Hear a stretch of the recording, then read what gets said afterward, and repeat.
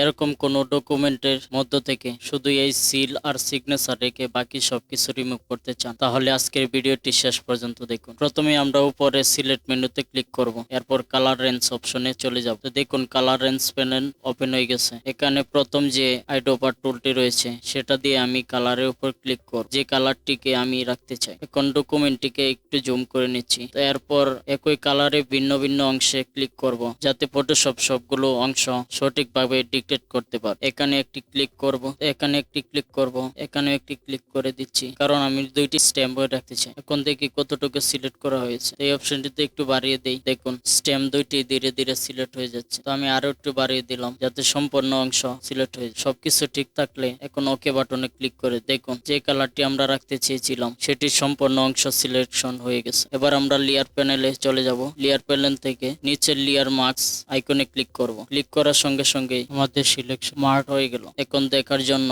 একটি solid colour layer তৈরি করি। তো আমি একটি হোয়াইট কালার সিলেক্ট করলাম এবং সেটিকে নিচের দিকে নিয়ে গেলাম। তো দেখুন ঠিক যেভাবে আমরা চেয়েছিলাম ডকুমেন্টের বাকি সব অংশ রিমুভ হয়ে গেছে, আর শুধুমাত্র সিল এবং সিগনেচার রয়ে গেছে। এভাবেই খুব সহজে ফটোশপে কালার রেঞ্জ এবং লেয়ার মার্কস ব্যবহার করে যে কোনো ডকুমেন্ট থেকে সিল, সিগনেচার অথবা নির্দিষ্ট কালার আলাদা করতে পারবেন। ভিডিওটি ভালো লাগলে লাইক দিন, আর এমন আরো টিপস পেতে ফলো করতে ভুলবেন না।